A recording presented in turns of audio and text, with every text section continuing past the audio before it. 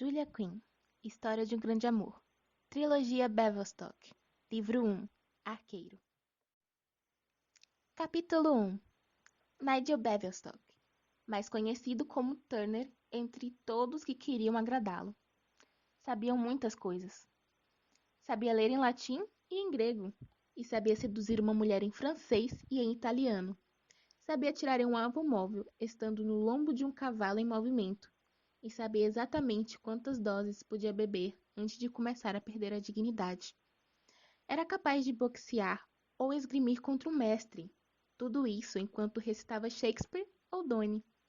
Em suma, sabia tudo que um cavalheiro deveria saber e, sob todos os aspectos, só acumulava triunfos em cada área.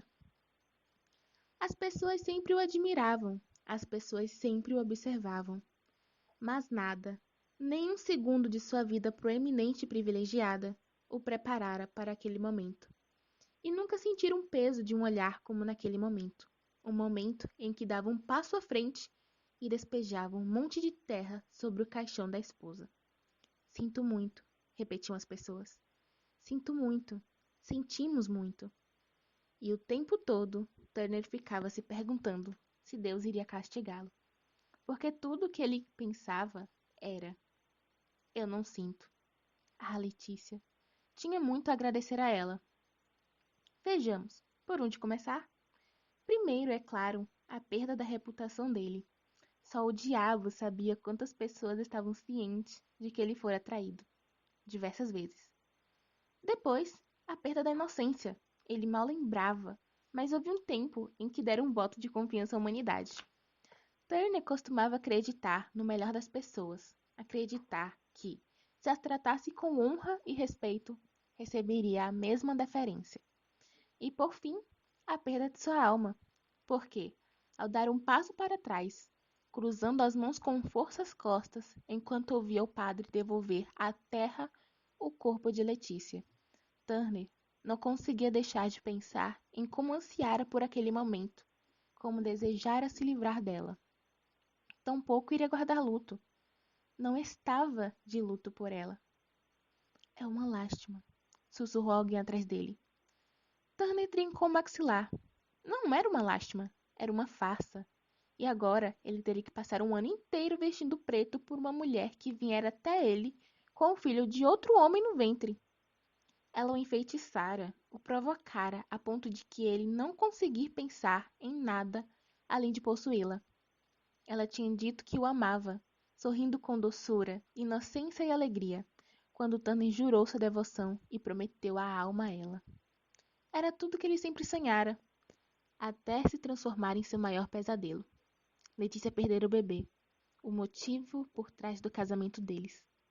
Era fruto da relação. Um conde italiano, ou pelo menos foi isso que ela alegou. Mas o tal conde era casado, ou inadequado, ou talvez as duas coisas. Turner estava disposto a perdoá-la. Todos cometiam os erros, e ele próprio não havia desejado possuí-la antes da noite de núpcias. Mas não era amor que Letícia queria. Ele não sabia o que diabos ela desejava. Poder, talvez.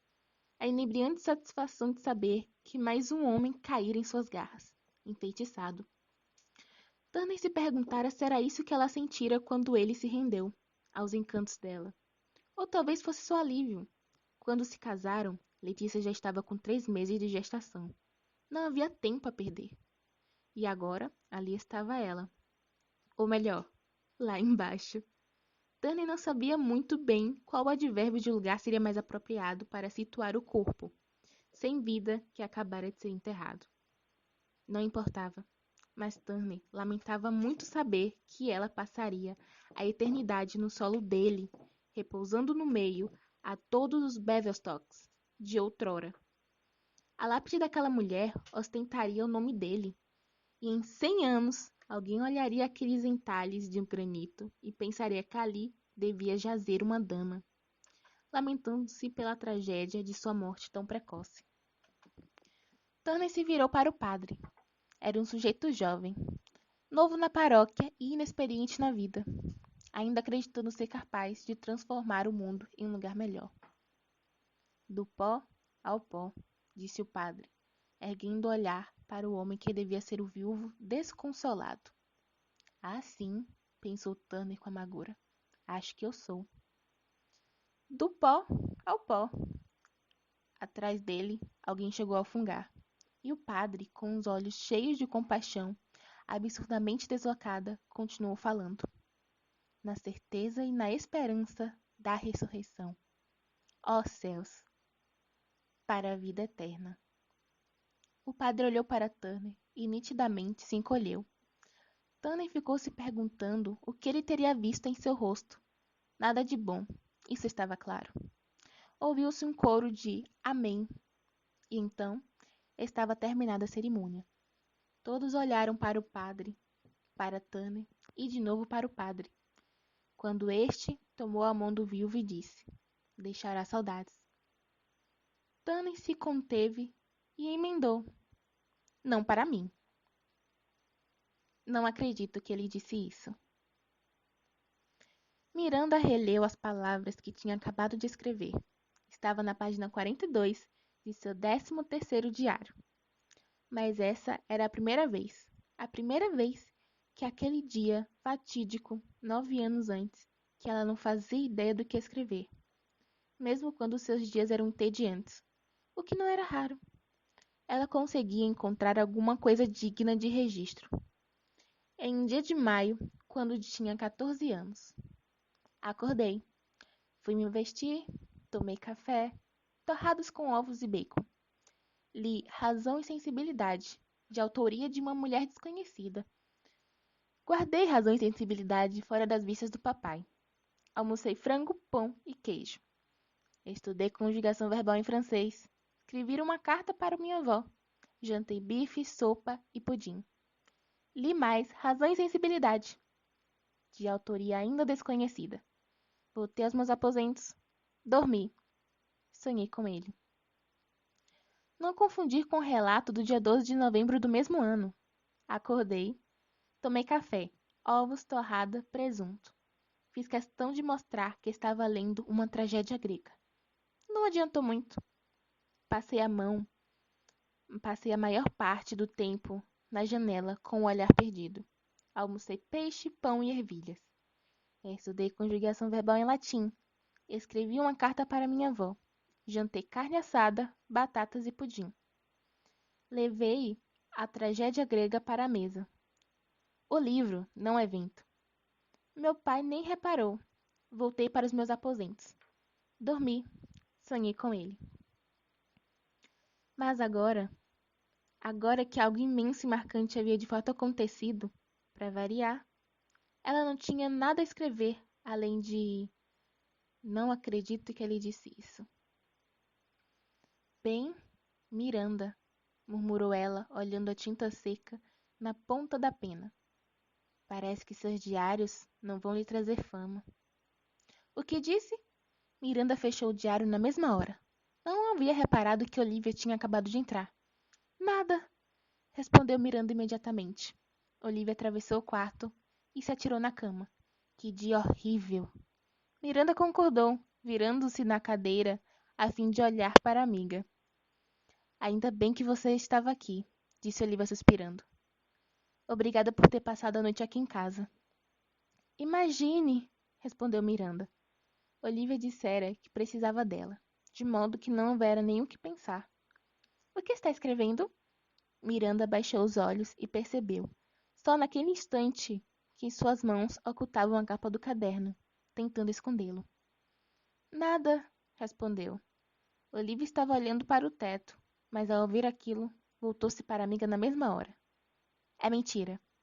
Infelizmente, não é. Por que infelizmente? Miranda piscou atônita. Típico de Olivia fazer as perguntas mais óbvias. E que levavam às respostas menos óbvias. Bem, não que Miranda estivesse enrolando para ganhar tempo. Na verdade, enquanto falava, ia tentando compreender melhor o que sentia. Tirou as mãos de cima do caderno e olhou para a capa, como se, em passe de mágica, a resposta fosse aparecer ali. Isso é tudo que eu tenho, tudo que sou. Olivia parecia um tanto incrédula. É um caderno. É a minha vida. E depois as pessoas ainda dizem que eu sou dramática, comentou Olivia. Ora, não estou dizendo que isto é minha vida de fato, retorquiu Miranda, com certa impaciência. Mas tudo a respeito da minha vida está aqui dentro. Tudo. Eu escrevo tudo aqui, desde que tinha 10 anos. Tudo mesmo. Miranda pensou nos muitos dias nos quais, obedientemente, registrara o que havia comido. E só. Tudo. Eu nunca conseguiria escrever um diário. Realmente. Olivia rolou para o lado, apoiando a cabeça na mão. Não precisava ter concordado com tanta rapidez. Miranda apenas sorriu. Olivia voltou a se deitar de costas. Imagino que você vai escrever que a minha capacidade de concentração é limitada. Já escrevi. Silêncio. E então? Sério? Se não me engano, escrevi que você fica entediada com facilidade. Bem, respondeu a amiga, após uma curtíssima reflexão. Isso é verdade. Miranda olhou para a escrivaninha. A velha emitia centenas de luz sobre a mata borrão. E de repente, ela se sentiu muito cansada. Cansada. Mas infelizmente, sem sono. Desgastada, talvez. Inquieta. Estou exausta, declarou Olivia, escorregando para o chão. A criada deixara as roupas de dormir de Olivia em cima da cama. E Miranda, respeitosamente, olhou para o outro lado, quando a amiga começou a se trocar. Quanto tempo acha que Tanner vai ficar aqui? Perguntou Miranda, tentando não se atrapalhar.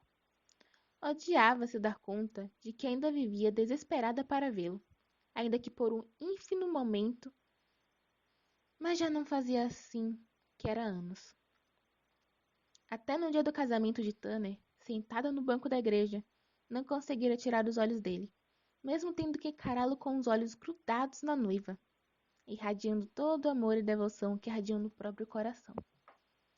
Ainda o observava, ainda o amava. Ela o amaria para todo sempre. Ele era um homem que a fizera acreditar em si mesmo.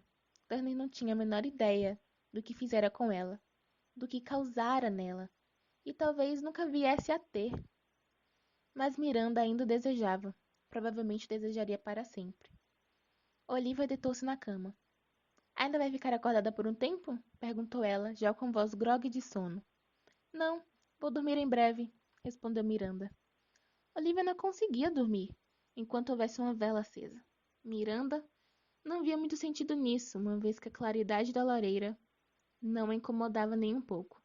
Mas já vira com os próprios olhos a amiga se revirar na cama sem conseguir pegar no sono por causa da vela. Então, quando percebeu que a própria mente estava longe de se aquietar e que, em breve, entre aspas, não tinha sido exatamente a verdade, apagou a vela. Vou lá para fora terminar de escrever, disse ela com o diário embaixo do braço. Obrigada, murmurou Olivia. Foi só o tempo de Miranda vestir um penhoar e chegar à porta, e a amiga já havia adormecido. Miranda prendeu o diário embaixo do queixo, deixando as mãos livres para amarrar a faixa na cintura. Estava habituada a pernoitar em Averbreak, mas ainda assim não era apropriado perambular pelos corredores de casa de outrem só de camisola. A noite estava escura e a única fonte de iluminação era o luar que entrava pelas janelas. Mas Miranda teria conseguido sair do quarto de Olivia e chegar à biblioteca, mesmo se estivesse de olhos fechados. A amiga sempre pegava no sono antes, segundo ela mesma dizia, por causa dos muitos pensamentos que agitava sua mente, de modo que Miranda tinha o costume de ir para outro cômodo para registrar suas reflexões no diário. Miranda poderia muito bem solicitar um aposento só para si, mas a mãe de Olivia não era feita a extravagâncias e não via motivo para mandar aquecer 2 quartos, quando apenas um dava conta do recado. Miranda não se incomodava. Na verdade, gostava da companhia. Sua própria casa andava silenciosa demais. Sua amada mãe falecera havia quase 1 ano, e Miranda ficara sozinha com o pai. Enlutado, ele se entregara de corpo e alma aos preciosos manuscritos, deixando a filha sozinha. Miranda buscara amor e amizade entre os Bevelstocks, e eles a receberam de braços abertos. Em respeito à memória de Lady Shiver, Olivia chegou a passar 3 meses trajando preto. Se um dos meus primos morresse, eu seria forçada a guardar luto da mesma forma, dissera Olivia no velório. E eu, com certeza, amava sua mãe, mais do que qualquer um dos meus primos. Olivia. Miranda estava comovida, mas, ainda assim, pensou que o certo seria se mostrar chocada. Olivia revirou os olhos. Até parece que você não conhece meus primos. E então Miranda riu, no velório da própria mãe. Miranda deu uma risada. Depois viria a perceber que aquele foi o melhor presente que a amiga poderia ter lhe dado. Eu amo você, Liv, disse ela. Olivia pegou a mão da amiga. Eu sei, disse ela baixinho, e eu amo você. Então, ela endireitou os ombros e assumiu a postura ereta de sempre. Se não fosse por você, eu seria uma pessoa incorrigível. Minha mãe vive dizendo que você é o único motivo pela qual eu ainda não cometi alguma ofensa imperdoável. Miranda imaginava que era por isso que Lady Rutland se oferecera para amadrinhá-la durante uma temporada em Londres. Ao receber o convite, o pai dela suspirara aliviado e desembolsara sem demora a quantia necessária. Sir Rupert Shiver não era um homem de grandes fortunas, mas tinha o suficiente para cobrir uma temporada em Londres para sua única filha. O que lhe faltava era paciência, ou, falando francamente, o interesse em assumir a responsabilidade de levá-la. O debut das duas jovens, no entanto, acabou sendo adiado por um ano. Miranda não podia ir enquanto estivesse de luto pela mãe de Lady Rutland. Decidira permitir que Olivia também esperasse. 19 era tão bom quanto 18, dissera ela. E tinha razão. Todos achavam que Olivia conseguiria um partido excelente. Certamente seria um sucesso com sua beleza estonteante, sua personalidade vivaz e, como a própria Olivia observava, em tons mordais, seu vultuoso dote. Mas a morte de Letícia, além de trágica, também ocorrera em um momento muito importuno, porque agora havia mais um período de luto a ser guardado. Contudo, Lady Rutland decidiu, de forma categórica, que 6 semanas seriam suficiente, já que ela e Letícia não eram irmãs de sangue. Mas não havia outro jeito. A temporada começaria com um pequeno atraso para elas.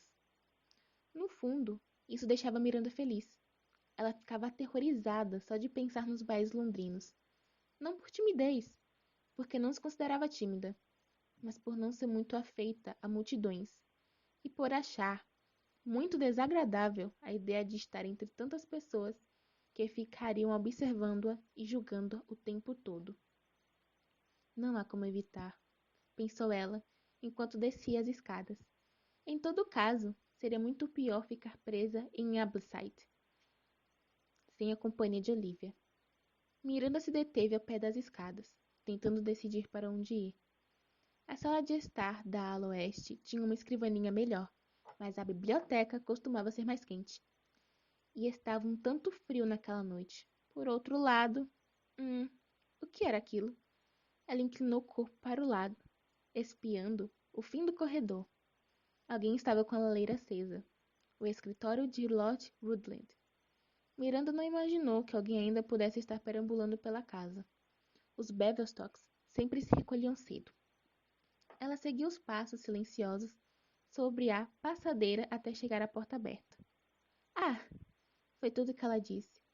Sentado na poltrona do pai, Turner ergueu o rosto. Senhorita Miranda, disse ele com a fala arrastada, sem a menor alteração em sua postura relaxada. Que lhe surpris?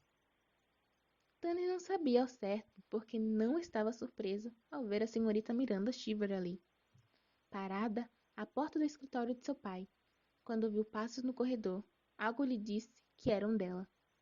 Era verdade que todos da família tinham sono pesado, e era quase inconcebível que alguém ainda estivesse de pé, perambulando pelos corredores para fazer uma boquinha ou arrumar algo para ler.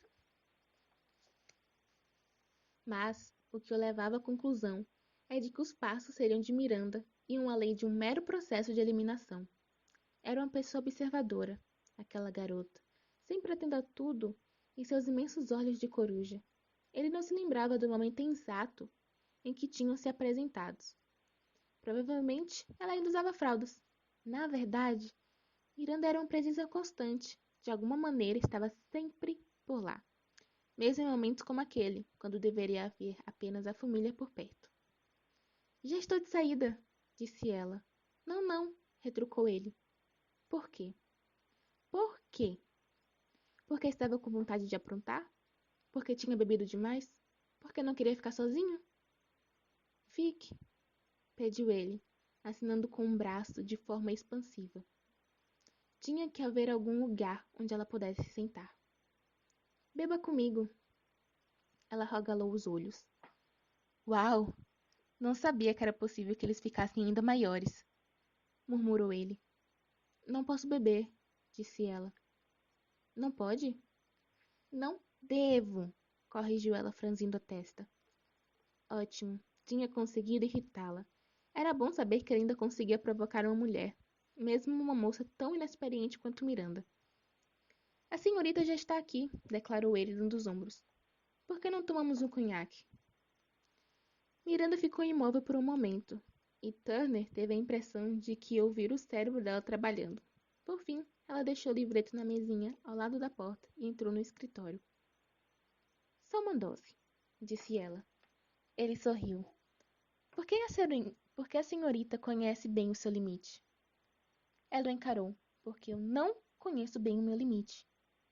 Muita sabedoria para uma moça tão jovem, murmurou ele. Tenho 19 anos. A resposta não foi um tom desafiador. Era apenas uma constatação. Ele ergueu a sobrancelha.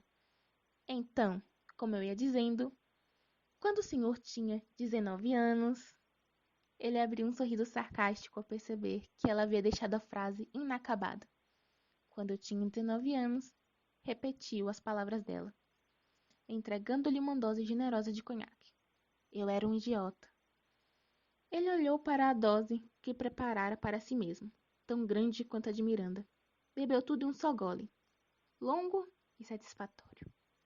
Turner colocou o corpo na mesa com um ruído alto e se reencostou na poltrona, levando as mãos à nuca e repousando a cabeça nas mãos entrelaçadas.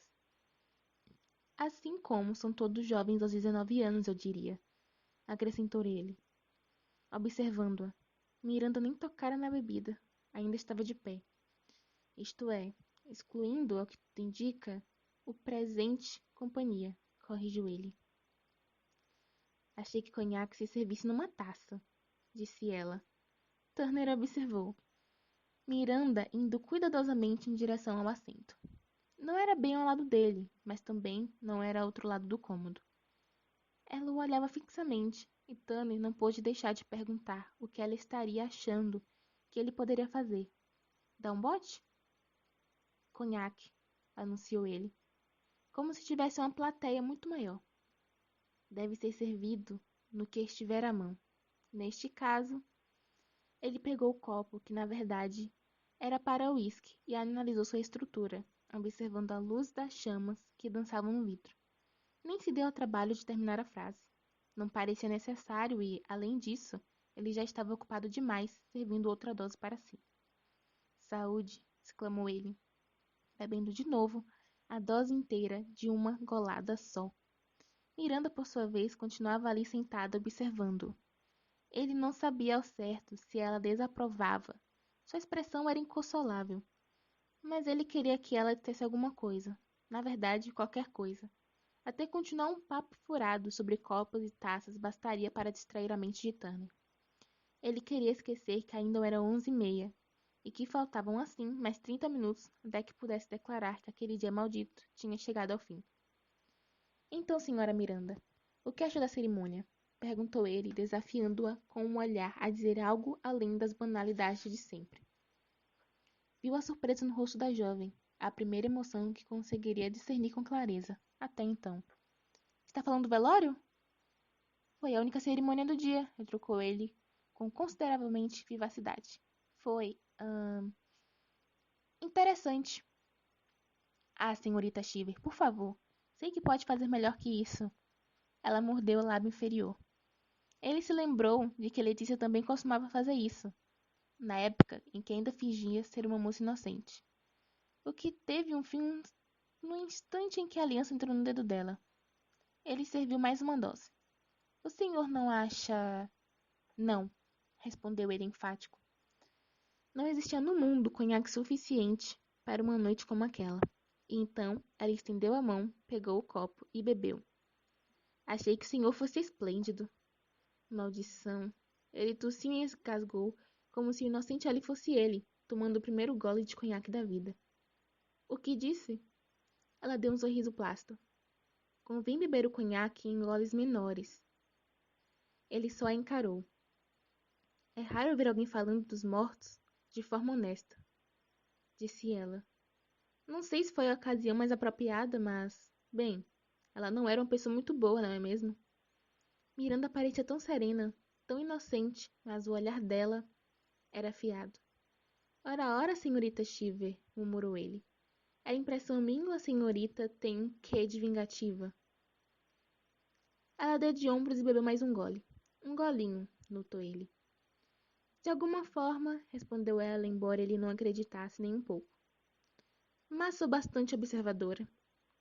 Ele deu uma risadinha. De fato. Ela se reteçou. Perdão? Tinha incomodado a jovem outra vez. Não sabia por que isso o deixava tão satisfeito, mas não pôde reprimir certo constantemente. E fazia muito, muito tempo desde a última vez que algo, qualquer coisa, o deixara contente. Ele se inclinou um pouco mais, só para ver se conseguiria deixá-la desconfortável. Eu tenho observado a senhorita. Mesmo à meia luz da lareira, Turner viu que Miranda ficou pálida. E sabe o que eu notei? Indagou ele. Ela ficou boquiaberta e balançou a cabeça. Que a senhorita tem me observado. Ela se levantou e quase derrubou a cadeira com um movimento repentino. É melhor eu ir, disse ela brutamente. Esta situação é muito inapropriada. Está tarde e...